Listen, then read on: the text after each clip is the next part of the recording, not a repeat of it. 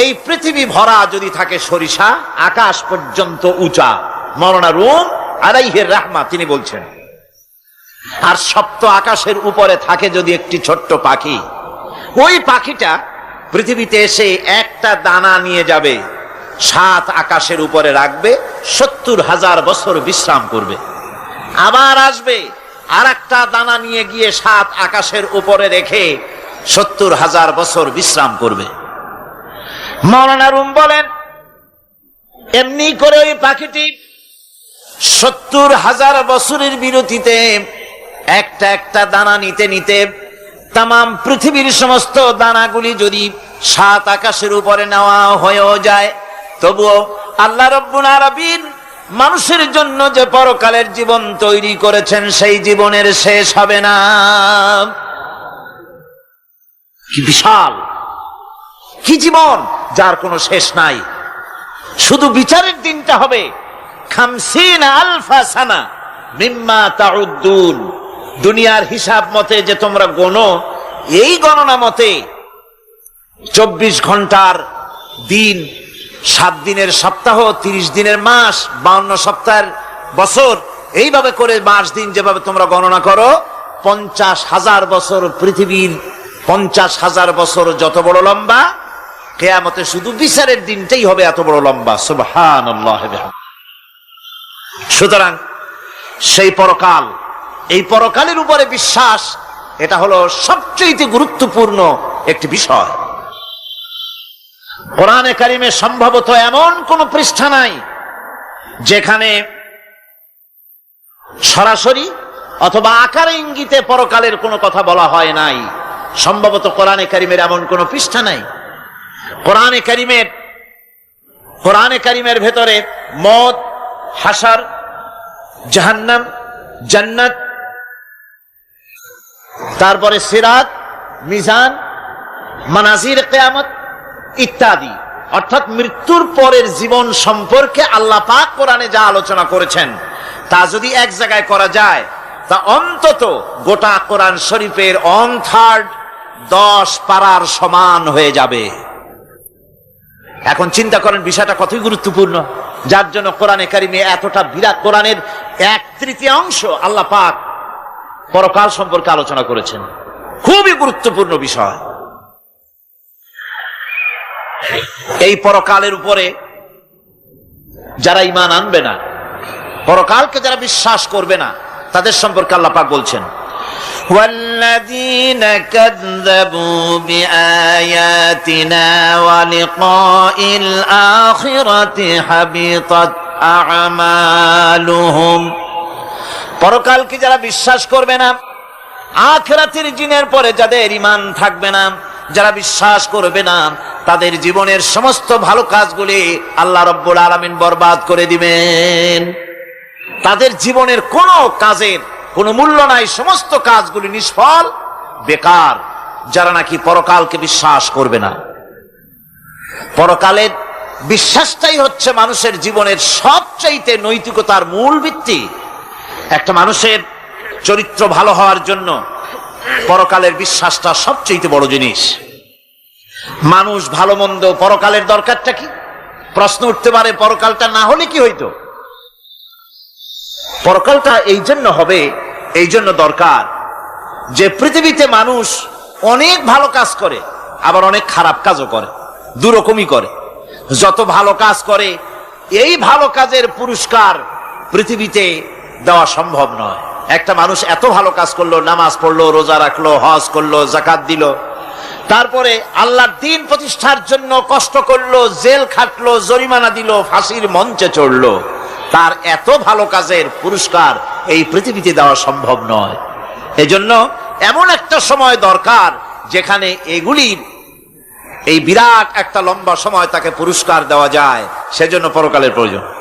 আবার পৃথিবীতে এমন বহু লোক আছে যারা এত অন্যায় করে যে অন্যায়ের শাস্তি পৃথিবীতে এই সীমিত সময় দেওয়া সম্ভব নয়।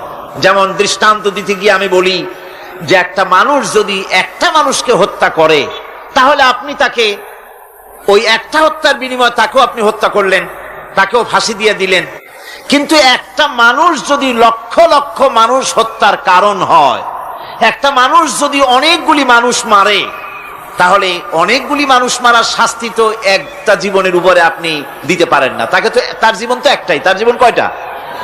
একটা গুলি করলেন, ফাঁসিতে দিলেন, তার একটা জীবন গেল। কিন্তু সে তো মেরেছে অনেক, তার কারণে তো লক্ষ লক্ষ মরছে। কাজেই এই শাস্তি পৃথিবীতে দেওয়া সম্ভব নয় বলে এমন একটা জায়গা দরকার যেখানে এই ধরনের বড় রকমের শাস্তি, দীর্ঘমেয়াদী শাস্তি দেওয়া যায়, শরীরটাও সেরকমের বানানো যায়, এই ধরনের করে একটি জায়গা দরকার। সেই জায়গার নাম হচ্ছে পরকাল, সেই জায়গাটার নাম হচ্ছে আখিরাত। এই জন্য কমন সেন্সের, সাধারণ জ্ঞানের দাবিও পরকাল প্রয়োজন। আর পরকালের ভিত্তিতেই মানুষের চরিত্র গঠন হতে পারে। মনে করেন একজন অফিসার, তিনি জানেন তাকে দেখার কেউ নাই, তার যা খুশি তিনি তা করতে পারেন, তার পেছনে কোনো গোয়েন্দা বিভাগের লোক লাগানো নাই। এই চিন্তা যদি তার থাকে, তাহলে ঘুষের টাকা খাওয়া, স্বজন প্রীতি করা তার জন্য কি অসম্ভব না সম্ভব? খুবই সম্ভব। আর একজন অফিসার, তিনি যদি জানেন যে না, আমাকে দেখার মতো লোক আছে, আমার পেছনে গোয়েন্দা বিভাগের লোকেরা কাজ করতেছে, আমার কোনো জিনিসই এড়িয়ে যাবে না, এই চিন্তা যদি থাকে, তাহলে এই দুইজন অফিসারের আচরণ এক হবে? কখনই হবে না। একজনের আচরণ হবে খুবই সংযত, আর একজনের আচরণ হবে খুবই অসংযত। সুতরাং পরকালে যে বিশ্বাসী ব্যক্তি, সে ব্যক্তি চুরি, ডাকাতি, জেনা, ব্যভিচার, হত্যা, ধর্ষণ ইত্যাদি থেকে তিনি হবেন মুক্ত। আর যে ব্যক্তি পরকালকে বিশ্বাস করবে না, তার দ্বারা হবে না এমন কোনো কাজ নাই, সবকিছুই তার দ্বারা সম্ভব। এরপরে আল্লাহ পাক বলছেন যে পরকাল বিশ্বাস মানুষকে দায়িত্ববান বানায় দেয়। পরকালের বিশ্বাস মানুষকে কি বানায়? দায়িত্ববান বানায়। যেহেতু তোমারে তো খালি খালি সৃষ্টি করা হয় নাই। আল্লাহ রাব্বুল আলামিন কোরআনে কারীমের মধ্যে বলছেন, আফাহাসিবতুম আন্নামা খালাকনাকুম আবাসা ওয়া আন্নাকুম ইলাইনা লা তুরজাউন। লোকেরা কি ভেবেছে? তোমরা কি এটাই মনে করেছো যে আমি তোমাদেরকে এমনি এমনি সৃষ্টি করেছি আর তোমাদেরকে আমার কাছে ফিরে আসতে হবে না? এটাই কি ভেবেছো তোমরা? তোমাদেরকে সৃষ্টি করা হয়েছে এবং তোমাদেরকে আমার দরবারে সকলকেই ফিরে আসতে হবে। পৃথিবীতে এমন কেউ নাই যে পৃথিবীতে টিকে থাকতে পারবে, সমস্ত মানুষকেই আল্লাহর দরবারে ফিরে যেতে হবে। আল্লাহ পাক কোরআনে কারীমের অন্যত্র বলেছেন, আয়াহসাবুল ইনসানু আইয়ুতরাকা সুদা। মানুষ কি ভেবেছে যে আমি তাকে নিরর্থক সৃষ্টি করেছি, তার কোনো হিসাব হবে না, তার কোনো দেখার মতো কেউ নাই, তাকে এমনি এমনি আমি সৃষ্টি করেছি? তা না। প্রত্যেকটি মানুষকেই বিচক্ষণতার দাবি হিসেবে সৃষ্টি করা হয়েছে এবং তার সব কিছুকেই দেখা হচ্ছে। আল্লাহ পাক সব দেখতে পাচ্ছেন, তার নজরের সামনে আছে। আল্লাহ পাক দেখেন এবং শোনেন। আমরাও দেখি, আমরাও শুনি, কিন্তু আল্লাহ পাকের দেখা আর আমাদের দেখা, আল্লাহর শোনা আর আমাদের শোনা একরকম নয়। আমরা এই মাহফিলের বাইরে কি হচ্ছে আমরা দেখতে পাই না, ঠিক কিনা গণ? রাতের বেলায় আমরা আমাদের নিজেদেরকেও দেখি না, এমনকি আমরা আমাদের পেছনে কি হয়, পিছনে কি আছে তাও দেখি না। আপনারা যে আমার সামনে বসে আছেন, আপনাদের পেছনে লোকটা কি করতেছে তা আপনি দেখতে পাচ্ছেন না। মেঘ হলে মেঘের উপরে কি হয় দেখতে পাই না, কুয়াশার মধ্যে দেখতে পাই না, গাছের আড়ালে কি দেখতে পাই না, পাহাড়ের আড়ালে কি দেখতে পাই না। তারপরে শোনার ব্যাপারে একটা নির্ধারিত এলাকার আওয়াজ আমাদের কানে আসে, এর বাইরের কিছু আমরা শুনতেও পাই না। আল্লাহ রাব্বুল আলামিনের কি এরকম অবস্থা নাকি? কি বলেন, এরকম অবস্থা? আল্লাহ সব দেখতে পান, সব শুনতে পান, এমন তার চোখের সামনে কোন অবস্ট্রাকশন নাই, তার চোখের সামনে কোন জিনিস অন্তরায় হয়ে দাঁড়াতে পারে না। কেউ কোন জিনিস তার চোখের সামনে বাধার সৃষ্টি হতে পারে না। তাকে কেউ দেখতে পারে না, কিন্তু তিনি সবাইকে দেখতে পান। লা তুদরিকুহুল আবসার। তাকে কোন দৃষ্টিশক্তি তাকে দেখতে পাবে না। সমস্ত দৃষ্টিশক্তিকে তিনি দেখবেন, কিন্তু তাকে কেউ দেখতে পারবে না। সুবহানাল্লাহ ওয়া বিহামদিহি। সুতরাং তিনি সব দেখেন এবং সবই শোনেন। এই বিশ্বাস মানুষকে দায়িত্ববান বানায়। এই বিশ্বাস মানুষকে কি বানায় জোরে গান? দায়িত্ববান বানিয়ে দেয়। আল্লাহ রাব্বুল আলামিন বলছেন, আয়াহসাবু আন্নান ইয়াকদিরা আলাইহি আহাদ ইয়াকুলু আহলাকতু মালান লুবাদা আয়াহসাবু আন লাম ইয়ারাহু আহাদ। মানুষ কি ধারণা করেছে তার উপরে কারো কোনো ক্ষমতা চলবে না? সে বলে আমি অনেক ব্যয় করেছি, আর সে ভেবেছে তাকে দেখার মতো কেউ নাই। আল্লাহ পাক বলেন দেখার জন্য অবশ্যই একজন আছেন, তিনি হচ্ছেন আল্লাহ রাব্বুল আলামিন। কে দেখতে পান? জোরে সরে বলেন, কে দেখতে পান? আল্লাহ পাক সব দেখেন, সব শোনেন। এমনকি সমুদ্রের অতল তলদেশে কোন পাথরের সাথে লাগানো, বালু কণার সঙ্গে লাগানো ছোট্ট একটি পোকা, যা মাইক্রোস্কোপ যন্ত্র ছাড়া দেখা যায় না, এমন ছোট্ট পোকাটিও যদি চিৎকার মারে ক্ষুধার যন্ত্রণায় বা পেটের যন্ত্রণায় বা কষ্টে পড়ে কোনো চিৎকার যদি মারে, সমুদ্রের কেউ শোনার কথা নয়, জমিনের উপরে কেউ শোনার কথা নয়, অন্তরিক্ষের কারো শোনার কথা নয়। আল্লাহ রাব্বুল আলামিন বলেন সেই ক্ষীণ আওয়াজটুকুনো তোমার আল্লাহ পাক শুনতে পান। সব তিনি শুনতে পান এবং দেখতে পান, তার চোখের সামনে সব রয়েছে। সুতরাং আসল কথা হচ্ছে মানুষেরা পরকালের চাইতে দুনিয়ার গুরুত্ব দেয় বেশি। বাল তুসিরুনাল হায়াতাদ দুনিয়া ওয়াল আখিরাতু খায়রুন ওয়া আবকা। তোমরা পার্থিব জীবনকে অগ্রাধিকার দিয়েছো, আর পরকাল হচ্ছে উত্তম এবং স্থায়ী। পরকাল হচ্ছে উত্তম। পৃথিবী একটা নিকৃষ্ট জায়গা, একটা ছোট্ট জায়গা পৃথিবী। এটার আরবি হচ্ছে কি বলুন তো? পৃথিবীর আরবি কি? দুনিয়া। এটাকে দুনিয়া, দুনিয়া শব্দটা এসেছে আদনা শব্দ থেকে, তুচ্ছ, নিকৃষ্ট, এটা কোনো দাম নাই। আর এই জন্য হাদিস শরীফে এসেছে যে এই পৃথিবীর মূল্য যদি আল্লাহর কাছে মশার ডানা তুল্য যদি হতো, তাহলে কাফেরকে এক ঢোক পানি আল্লাহ পাক গিলতে দিতেন না। আল্লাহর দৃষ্টান্তটা, হাদিস শরীফের দৃষ্টান্তটা লক্ষ্য করেছেন? এই পৃথিবীর মূল্য যদি একটা মশার ডানার তুল্য যদি হতো, আপনাকে কেউ যদি 1,00,000 মশার ডানা যদি কেউ আপনাকে জোগাড় করে দেয়, আপনি কয় টাকা দিয়ে কিনবেন? কোন কথা বলতেছেন না? খুব আগ্রহ আছে কেনার নাকি? 4 আনা দিয়েও, 4 পয়সা দিয়েও আপনারা কেউ কিনবেন না, যেহেতু মশার ডানা 10 কোটি ডানা আনি জোগাড় করে দেন না, ওদি করবোটা কি? কাজী দৃষ্টান্তটা লক্ষ্য করুন যে এই পৃথিবীর মূল্য যদি আল্লাহ পাকের কাছে একটা মশার ডানার তুল্য যদি হতো, তাহলে আল্লাহ রাব্বুল আলামিন কাফেরকে এক ঢোক পানি গিলতে দিতেন না। তার মানে এটার কোনো দাম নাই। তো যেটার দাম নাই সেটার দাম আমরা খুব বেশি দিয়েছি। আর পরকাল হচ্ছে স্থায়ী, চিরস্থায়ী জায়গা। সেই চিরস্থায়ী জায়গার আমরা মূল্য দেই নাই। যেমন আমরা দেহের মূল্যটা বেশি দেই, আত্মার মূল্যটা কম দেই। দেহটারে সাজাই বেশি।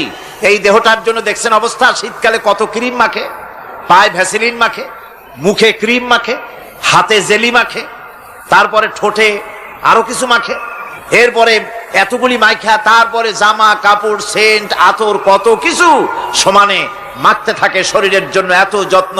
তারপরে ভুরি ভোজন পাইকারি দরে খায়, জনমের মতো খায়। খাওয়ার চোটে পেট যায় একদিক, পাছা যায় আর একদিক, মাথা যায় আর একদিক, আস্তে আস্তে দুমবার সাইজ হয়ে যায় মানুষের বডিটা। যেই শরীরটার কোনো দাম নাই, কোনো মূল্য নাই। আপনারা আচ্ছা, আপনারা সত্য করে বলেন দামটা কার? শরীরের দেহের দাম বেশি না আত্মার দাম বেশি? কোন তো কোনটার দাম? কার দাম? আত্মাটার দাম বেশি। এটা মুখ দিয়ে বললেন, কিন্তু আসলে মনের কথা হইলে আত্মারে আপনারা কিছু খাইতে দিতেন। আত্মাকে তো কিছু খেতে দেওয়া হয় না, দেহটারই। আত্মাটার দাম যদি বেশি না হবে, মানুষ মরে গেলে পরে যায়টা কি? চোখ আছে, কান আছে, মুখ আছে, হাত আছে, পা আছে, সবই তো রয়ে গেল। গেলটা কি? কি যাওয়ার কারণে? প্রাণের সন্তান, কলিজার টুকরা সন্তান বলে মা, বাবার কাছে আমার যেতে ভয় করে। ছোট্ট বাচ্চা বাবার কাছে যেতে চায় না, প্রাণীদিকা স্ত্রীও যেতে চায় না। মা বাবা আত্মীয় স্বজন সবাই বলে তাড়াতাড়ি বিদায় করো, তাড়াতাড়ি বিদায় করো। কি যাওয়ার জন্য? কি ছিল মূল্যবান জিনিস? আর ওইটা যাওয়ার জন্যই পরিণতি হলো, সেটার নাম হলো রুহু। যে আত্মাটার বেশি মূল্য, সেইটার মূল্য মানুষেরা দেয় না। এই আত্মাটা কি জিনিস? আল্লাহ পাক নবীর কাছে প্রশ্ন করা হয়েছে রূহ সম্পর্কে, আল্লাহ তার জবাব দিয়েছেন, ওয়াইয়াস আলুনাকা আনির রূহ কুলির রূহু মিন আমরি রাব্বি। নবী হে, আপনাকে প্রশ্ন করা হয় রূহ কি জিনিস, আপনি বলুন এটি হচ্ছে আল্লাহর হুকুম। আল্লাহর একটা হুকুম মানুষের ভিতরে কাজ করে, এটা এতই গুরুত্বপূর্ণ, ওটা থাকলে আমরা বাঁচি, ওটা না থাকলে আমরা মরে যাই। এখন যেটার গুরুত্ব বেশি সেটাতে খাইতে দেই না, সেটার জন্য কোনো যত্ন নাই, খোঁজ নাই, খবর নাই। সকালবেলায় ব্রেকফাস্ট, নাস্তা, লাঞ্চ, ডিনার, বিকালের চা, ফলারি, কোনো জিনিসের অভাব নাই, সমানে খায় আর সমানে শরীরটারে বাঁচায়। আর যেটার কারণে বডিটা বাঁচে তার কোনো খোঁজ খবর নাই, ওটারও কিছু খাবার দিতে হবে। ওটারে কি খাওয়াবেন? ওটাই কি ফুলকপি খাবে? শীতের দিনে লাল শাক খাবে? লট্টা মাছ খাবে নাকি? খাবে না। রূপচান্দাও খাবে না। শীতকালের ভাপা পিঠাও না, ধুপি পিঠা কি কন আপনারা, এগুলোও খাবেন। সুতরাং এই যে শরীর, আপনার আত্মাটা, ওরে খাইতে দিবেন কি? ও কচু খায় না, মূলাও খায় না, দুধও খায় না, পনিরও খায় না, ঘিও খায় না, মাছ গোশতও খায় না। যেহেতু এই আত্মাটা এসেছে রুহের জগৎ থেকে, তাই ওর খাদ্য এই পৃথিবীতে বানানো হয় নাই। দেহ তৈরি হয়েছে মাটি থেকে, মাটির উপাদান দিয়ে, সেজন্য তার খাদ্য বানানো হয়েছে মাটির উপাদান দিয়ে। আর আত্মা যেহেতু এসেছে আল্লাহর কাছে থেকে, রুহের জগৎ থেকে, সেজন্য আল্লাহ রাব্বুল আলামিন আত্মার খাদ্য পাঠিয়েছেন লৌহ মাহফুজ থেকে। খাদ্যের নাম হচ্ছে তেলাওয়াতে কোরআন। তেলাওয়াতে কোরআন। কোরআনে কারীম তেলাওয়াতে আত্মার সমৃদ্ধি হতো। কোরআনে কারীমের তেলাওয়াত, অনুধাবন, এর দ্বারা আত্মার সমৃদ্ধি হতো।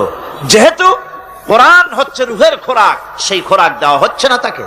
কাজে আমি বলতেছিলাম যে যে জিনিসের মূল্য বেশি আমরা তার মূল্য দিতে জানি না, যেটার মূল্য কম সেটার মূল্য দেই বেশি। অনুরূপ ভাবে এই পৃথিবীর কোন দাম নাই, আল্লাহ পাক বলছেন, সেই জিনিসটার মূল্য আমরা বেশি দিলাম, আর পরকালের চিন্তা আমাদের দিল থেকে উবে গেল।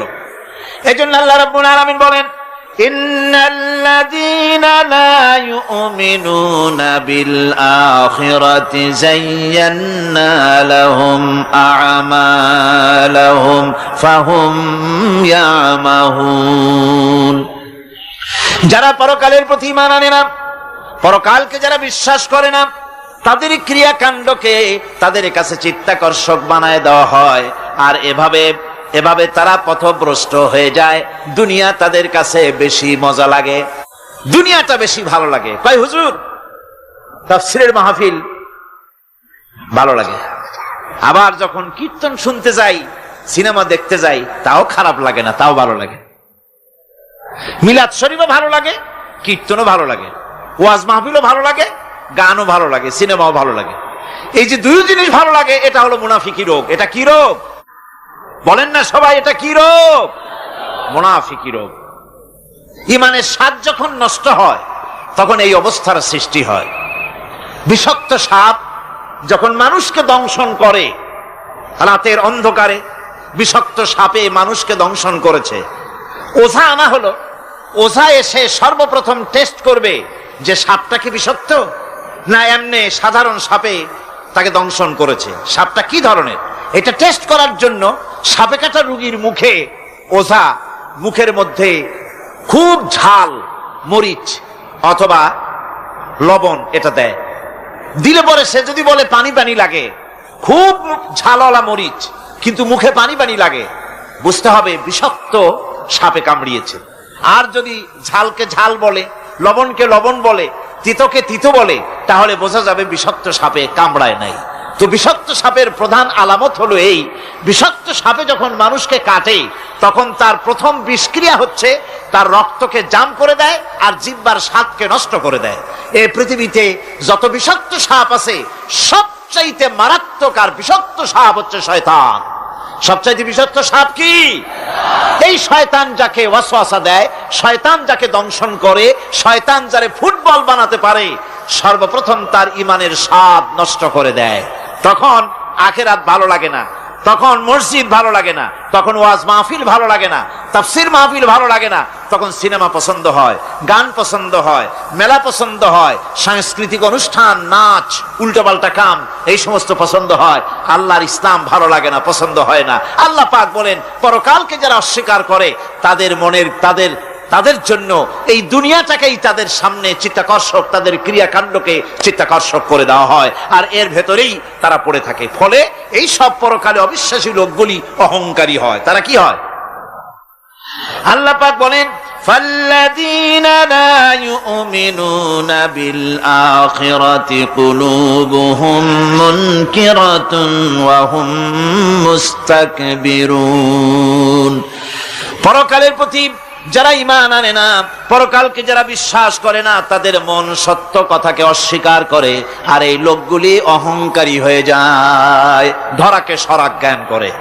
কি হনুরে এই অবস্থার সৃষ্টি হয়ে যায়। সে মনে করে যে পৃথিবী আমার,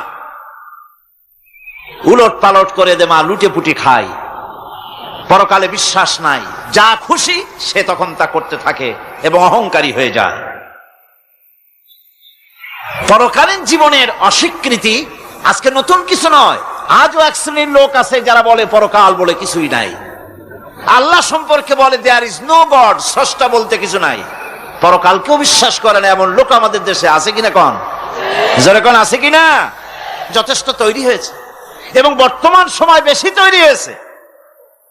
অতীতের কোন সময় ইসলাম আর মুসলিম সেন্টিমেন্ট এত আহত হয় নাই যত এই কয়েক বছরের মধ্যে হয়েছে, ঠিক কিনা? পরকালকে অস্বীকার করেছে, কোরআন শরীফকে আগাগোড়া সংশোধনের কথা বলেছে, আল্লাহকে মিথ্যাবাদী বলেছে। নাউজুবিল্লাহ পড়েন না কেন? নাউজুবিল্লাহি মিন যালিক। আল্লাহকে মিথ্যাবাদী বলা হয়েছে, কোরআনের সংশোধনের দাবি উঠেছে, মাদ্রাসার ভেতরে ডাকাত দুষ্ট পয়দা হয় বলা হচ্ছে। এভাবে করে তারা আল্লাহকে অস্বীকার করেছে, কোরআনকে অস্বীকার করেছে, পরকালকে অস্বীকার করছে। পরকালকে সেই অতীতের যুগের কাফেররাই অস্বীকার করে নাই, বর্তমান যুগেরও এক শ্রেণীর লোকেরা, তারা আবার মুসলমান নামধারী, নাম মুসলমানি নাম লাগানো আছে, পরকালকে তারা অস্বীকার করছে। এদের ভিত্তি হচ্ছে এই, তারা বলে ইন হিয়া ইল্লা হায়াতুনাদ দুনিয়া ওয়া মা নাহনু বিমাবউসিন। তারা বলে এই দুনিয়ার জীবনটাই একমাত্র জীবন, এই দুনিয়ার জীবনই হলো একমাত্র জীবন, আমরা আর উঠবো না পরকালে, পরকাল বলে কিছুই নাই, পরকাল বলে কোনো জিনিস নাই, আমাদেরকে কিয়ামতে আল্লাহর দরবারে ওঠা লাগবে না। সুতরাং তারা ওমর খৈয়ামের মুরিদ হয়ে যায়। তারা বলতে থাকে, এই বেলা ভাই মদ খেয়ে নাও, কাল নিশীতের ভরসা কই, চাঁদনি জাগিবে যুগ যুগ ধরি, আমরা তোমার রবনা সই। যত পারো মদ খাও, নগদ যা পাও হাত পেতে নাও, বাকির খাতায় শূন্য থাক। দূরের বাদ্য কিলাপ শুনে মাঝখানে যে বেজায় ফাঁক। কোথায় কিয়ামত আর কোথায় পরকাল, কোথায় বিচার, কোথায় হাসর, কোথায় সিরাত, কোথায় মিজান, আর মাঝখানে টাটকা সুখগুলো ছাড়িয়ে দেবে একটা কথা, মাঝখানের এই টাটকা সুখগুলি গ্রহণ করো, মজা করো। এই সব শিক্ষা দেওয়া হয় ওই সেকুলার শিক্ষা ব্যবস্থার মাধ্যমে কলেজে এবং বিশ্ববিদ্যালয়গুলিতে, যার কারণে পরকালের বিশ্বাস নাই বলে এমন কোন কাজ নাই যা তারা করতে পারে না। এই মাত্র কয়েক মাস দেড়েক আগে রাজশাহী ইউনিভার্সিটিতে যে কাণ্ডটা ঘটে গেল, মনে আছেন আপনাদের? পত্রপত্রিকা আপনারা পড়েছেন, এবং আমি রাজশাহীতে গিয়ে সেখানে প্রত্যক্ষদর্শী যারা দেখেছে তাদের মুখে শুনেছি, শিক্ষাবর্ষ সমাপন করেছে যে সব ছাত্র ছাত্রীরা, তারা র্যাগ ডে উদযাপন করছে। র্যাগ ডে উদযাপন যেদিন করবে সেই দিনে তারা উচ্ছৃঙ্খল কাপড় চোপড় পরেছে, ছেলেরা এবং মেয়েরা উভয়, এমন ভাবে কাপড় পরেছে যে কাপড় দ্বারা তারা শরীরের গোপন অঙ্গগুলি দেখা যায়। এরপরে আজে বাজে চিৎকার দিয়েছে, আজে বাজে স্লোগান দিয়েছে, গাধার মতো, কুকুরের মতো, শিয়ালের মতো তারা ডেকেছে। আমি বুঝি না চিন্তাধারা কেমন দেউলিয়া হয়ে গেল। শিক্ষাবর্ষ বিশ্ববিদ্যালয়ের সর্বোচ্চ শিক্ষাঙ্গন থেকে লেখাপড়া শেষ করে বেরোচ্ছে, যাওয়ার সময় তারা বিশ্ববিদ্যালয় থেকে কুকুরের ডাক দিল, শিয়ালের ডাক দিল, ছাগলের ডাক দিল। কি প্রমাণ করতে চাইলো? যে 16 বছর লেখাপড়া করে বিশ্ববিদ্যালয়ের অঙ্গন পেরিয়ে গোটা জাতির জন্য ছাগল হয়ে আমরা আবির্ভূত হচ্ছি, অথবা কুকুর গরুর ভূমিকায় আমরা আবির্ভূত হচ্ছি। নাউযুবিল্লাহি মিন যালিক। এরপরে মিছিল শেষ করলো। সন্ধ্যাবেলায় শুরু হলো সাংস্কৃতিক অনুষ্ঠান। বিদ্যুৎ কর্তৃপক্ষের সঙ্গে বোধহয় লাইন করা ছিল। সন্ধ্যা 7:30টার সময় মঞ্চ তৈরি আছে, গান হচ্ছে, আনন্দ ফুর্তির শেষ নাই। সামনে সব মেয়েরা বসা, যারা দিনের বেলা ওই ধরনের কাপড় চোপড় পরে ছেলেদেরকে উস্কায়েছে, ছেলেগুলিও তাদেরকে উস্কায়েছে। মাঝখানে তারা বসা, চতুর্দিকে ছেলেরা দাঁড়ানো। হঠাৎ করে লাইট বন্ধ হয়ে গেল, বিদ্যুৎ চলে গেল। এখন সাংস্কৃতিক অনুষ্ঠান কি কায়দায় হচ্ছে, কত প্রকার হচ্ছে, কিভাবে হচ্ছে? নাউযুবিল্লাহি মিন যালিক। পুলিশেরা বলেছে বিদ্যুৎ যখন এলো, মেয়েগুলিকে অনেক মেয়ে পাওয়া গেছে, কাপড় নাই, পেটিকোট নাই, উলঙ্গ। তাদেরকে ধরে ধরে উঠানো হয়েছে হোস্টেলে। পরের দিন সকালবেলায় মাঠ ভর্তি ভাঙা কাচের চুড়ি, ভ্যানিটি ব্যাগ, চশমা, কাপড় চোপড় ছিড়িয়ে ছড়িয়ে চতুর্দিকে পড়ে আছে। এই হলো শিক্ষা।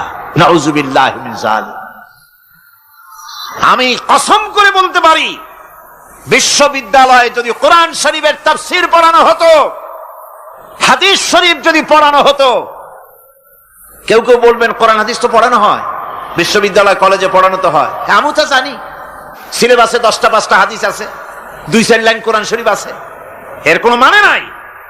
মাদ্রাসায় যেমন পড়ানো হয় 30 পারা কোরআনের তাফসীর, রাসূল করিম সাল্লাল্লাহু আলাইহি ওয়াসাল্লামের হাদিস যেমন পড়ানো হয়, এইভাবে করে যদি বিশ্ববিদ্যালয়ে কোরআন হাদিস পড়ানো হতো, আল্লাহর কসম বাংলাদেশের বিশ্ববিদ্যালয়গুলি গোটা জাতিকে চোর, গুন্ডা, বদমাশ, ডাকাত উপহার দিত না, উপহার দিত শাহজালাল।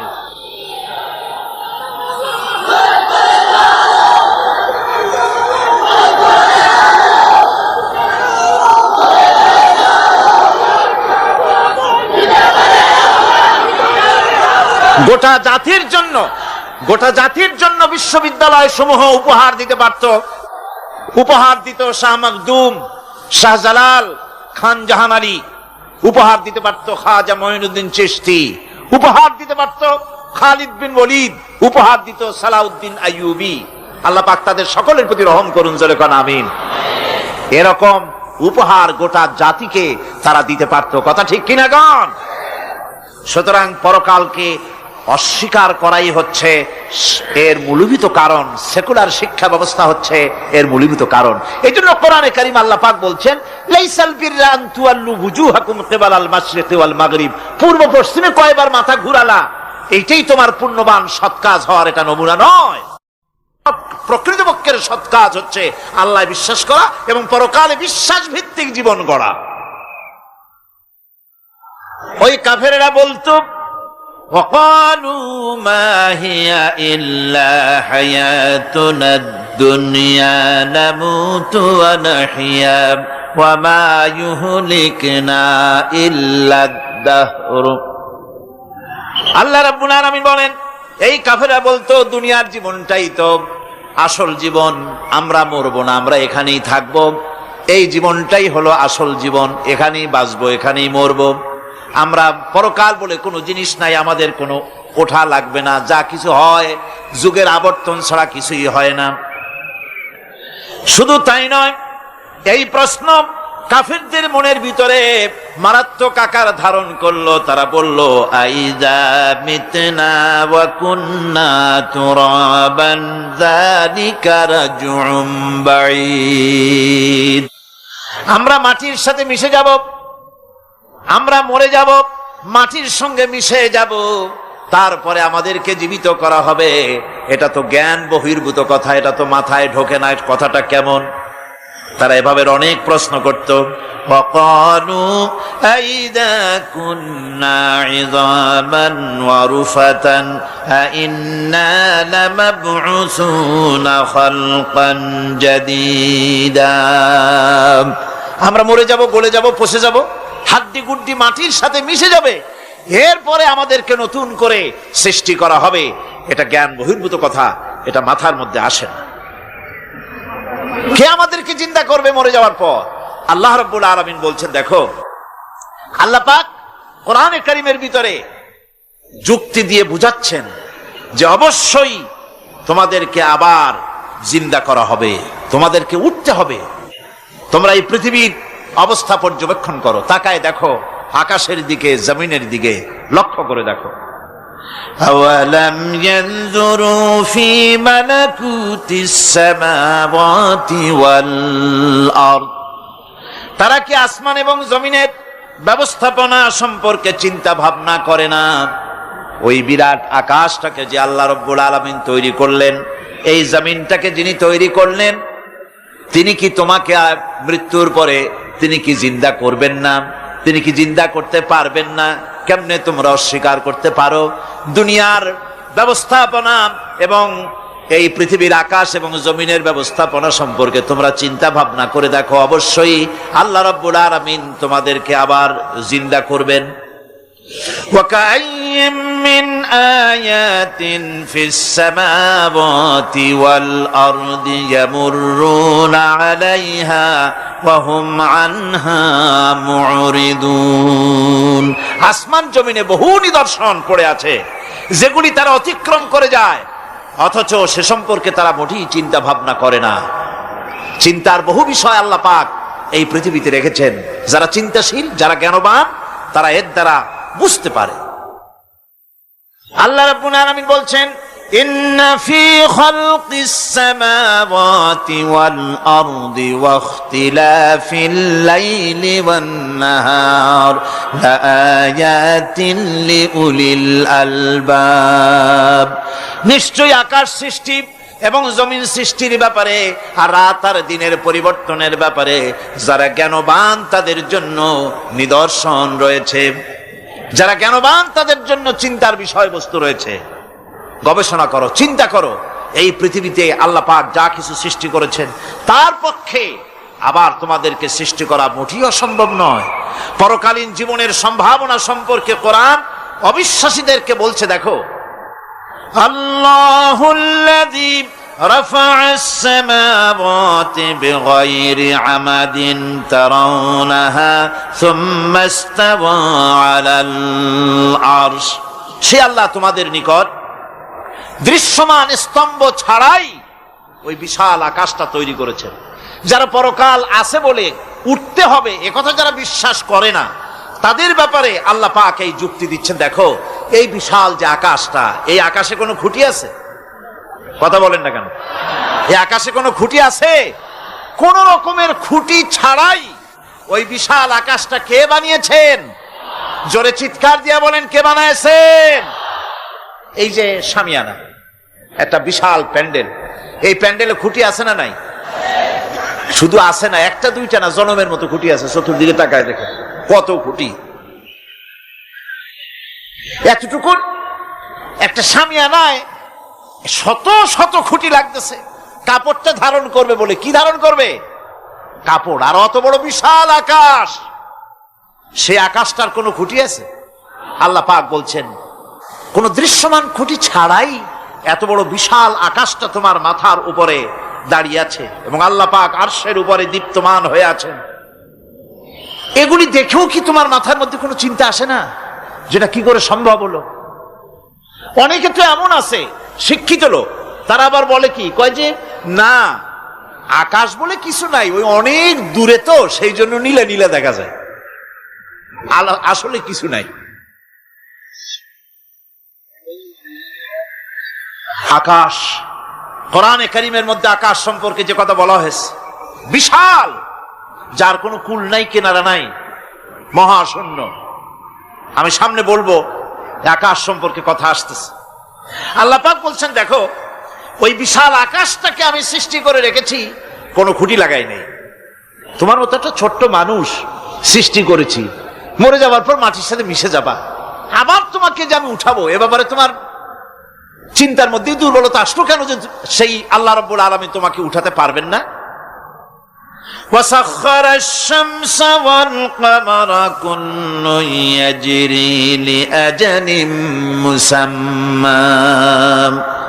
তিনি চন্দ্র সূর্যকে আজ্ঞাবর্তী করেছেন, প্রত্যেকেই তার নির্দিষ্ট সময় সীমা মতো চলাফেরা করতেছে। তুমি তো ছোট একটা মানুষ, অত বড় বিশাল সূর্যটা, বিরাট চন্দ্রটা সব গতিমান, আল্লাহর হুকুমে সব চলাফেরা করতেছে, কথা ঠিক কিনা? এই সবগুলি আল্লাহ রাব্বুল আলামিন দুনিয়ার মানুষের সামনে তুলে ধরেছেন। তাকায় দেখো, নজর করে দেখো, এই সুন্দর করে জমিন ও আসমানকে সৃষ্টি করেছি, চাঁদ সূর্যকে সৃষ্টি করেছি। এবার লক্ষ্য করো, আনতুম আশাদ্দু খালকান আমিস সামাউ বানাহা। তোমাদের সৃষ্টি করা বেশি কঠিন না ওই বিশাল আকাশটাকে তৈরি করা বেশি কঠিন? কোনটা বেশি কঠিন? অত বড় বিশাল আকাশটাকে যিনি সৃষ্টি করলেন, তিনি তোমার মতো মানুষকে সৃষ্টি করতে পারবেন না? আবার যিনি একবার বিনা মডেলে তোমাকে তৈরি করলেন, আল্লাহ কি সুন্দর দৃষ্টান্ত দিচ্ছেন, আনতুম আশাদ্দু খালকান আমিস সামাউ বানাহা। তোমারে কঠিন তৈরি করা বেশি কঠিন, ওই বিশাল আকাশটাকে বেশি তৈরি করা বেশি কঠিন? অত বড় বিরাট জিনিসটাই তো আল্লাহ তৈরি করে ফেলেছেন, বিশাল আকাশ, মহাশূন্য। আর সেই মহাশূন্যের তুলনায়, মহাবিশ্বের তুলনায় পৃথিবী কত ছোট। আমাদের সবচাইতে কাছে। বিজ্ঞানীরা হয়রান হয়ে যাচ্ছে আকাশের চিন্তা করে, মহাকাশ চিন্তা করে ক্রমান্বয়ে হয়রান হয়ে যাচ্ছে। আমাদের সবচাইতে নিকটতম যে গ্যালাক্সিটা আছে, এই গ্যালাক্সিটার ব্যাস হচ্ছে, যেটা সবচাইতে ছোট, গরিব গ্যালাক্সি। এটা বিজ্ঞানীরা বলেছে গরিব গ্যালাক্সি, দিনহীন। এই গরিব গ্যালাক্সি যেটা আমাদের সবচাইতে নিকটে, পৃথিবীর সবচাইতে কাছে, এর ব্যাস হচ্ছে, এর পরিধি হচ্ছে 1,00,000 আলোকবর্ষ সমান। 1,00,000 আলোকবর্ষ। প্রতি সেকেন্ডে আলোর গতি কত? 1,86,000 মাইল প্রতি সেকেন্ডে। প্রতি সেকেন্ডে যে আলোর গতি 1,86,000 মাইল, এর মিনিট, এর ঘন্টা, এর সপ্তাহ, এর মাস, এর বছর, এরকম 1,00,000 আলোকবর্ষ হচ্ছে সেই ছায়াপথের ব্যাস, এটার পরিধি। এটা হলো গরিব গ্যালাক্সি। আর এই গ্যালাক্সিতে বাস করে 10,000 কোটি তারকা। বিজ্ঞানীরা বলছেন যে তারকাগুলি সূর্যের চাইতে লক্ষ কোটি গুণে অনেক বড়। সুবহানাল্লাহ। তাহলে মহাকাশ সম্পর্কে চিন্তা করে মানুষ আজ অবাক হয়ে যাচ্ছে, চিন্তায় হয়রান হয়ে যাচ্ছে। বার্টন রাসেল তিনি বলেছিলেন, স্রষ্টার স্রষ্টাকে, স্রষ্টার স্রষ্টাকে। এর জবাব আরেকজন বিজ্ঞানী লিখেছেন যে স্রষ্টার স্রষ্টাকে এই চিন্তা তো সৃষ্টিতে করতে পারবে না।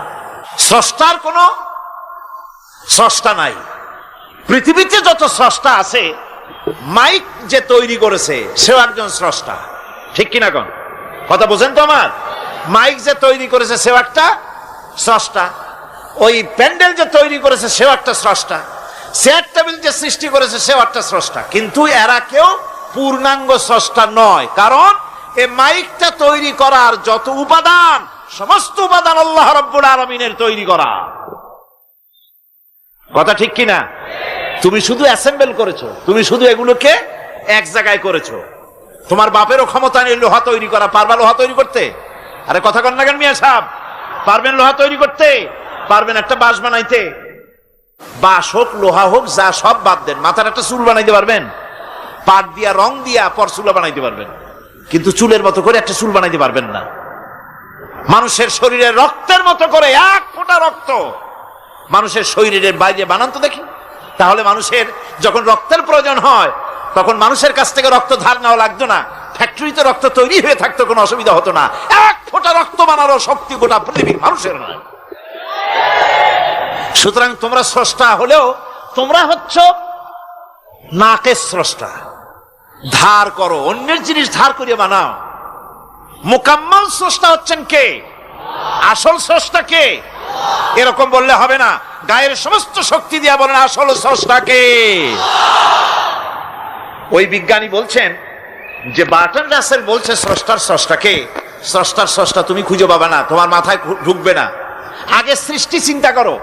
তিনি বলেছেন একটা লবণ, একটা লবণের কণা, লবণ বলেন তো, একটা লবণের কণা, এক কণা লবণের ভেতরে যে কেলাস থাকে, এর ভিতরে যে সমস্ত উপাদান থাকে, সেই লবণের কণাগুলির মধ্যে কতগুলি উপাদান থাকে, সেই উপাদানগুলি চিন্তা করতে 1000 বার্ট্রান্ড রাসেলের মস্তিষ্কের প্রয়োজন।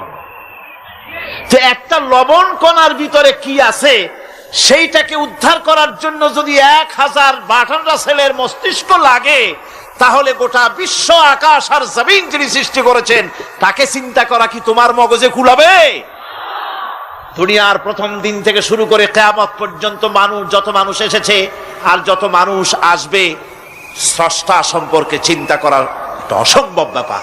স্রষ্টার সামনে শুধু মাথাই নত করবা। তিনি কোত্থেকে এসছেন, তিনি কে জানার দরকার নাই, তিনি আল্লাহ। তার নাম কি? মাথা নত করে দাও সামনে। তিনি আল্লাহ, সর্বশক্তিমান আল্লাহ, রব্বুল ইজ্জত ওয়াল জালাল। তিনি ছিলেন, তিনি আছেন, তিনি থাকবেন, তিনি অনন্ত, তিনি অসীম, তিনি চিন্ময়, তিনি অব্যয়, তিনি অক্ষয়, তিনি শাশ্বত, যার কোনো শুরু নাই, যার কোনো শেষ নাই। সুবহানাল্লাহ পড়ে। সুতরাং সেই মহান আল্লাহ রাব্বুল আলামিন তিনি বলছেন, বান্দারা তোমারে বানানো কঠিন না ওই বিশাল আকাশটা বানানো কঠিন? অত বড় বিশাল আকাশটাই তো আমি তৈরি করেছি, তোমার মৃত্যুর পরে তোমাকে জিন্দা করা মোটেই কোনো কঠিন ব্যাপার নয়, এটা খুবই সহজ। ভাইরা আমার, আল্লাহ সুবহানাহু ওয়া তাআলা পৃথিবীর মানুষকে এসব দৃষ্টান্ত দিয়ে সুন্দর করে মানুষকে বুঝাচ্ছেন, তিনি মানুষকে পরিষ্কার করে বুঝিয়েছেন। আল্লাহ পাক বলেন, এই পৃথিবীতে এসব প্রশ্নের চূড়ান্ত জবাব দিতে গিয়ে আল্লাহ পাক বলছেন, কুল ইউহীহাল্লাযী আনশাআহা আউওয়ালা মাররা ওয়া হুয়া বিকুল্লি খালকিন আলীম। বলে দাও, তোমাদের মৃত্যুর পরে সেই আল্লাহ রাব্বুল আলামিন তোমাদেরকে জিন্দা করবেন, যিনি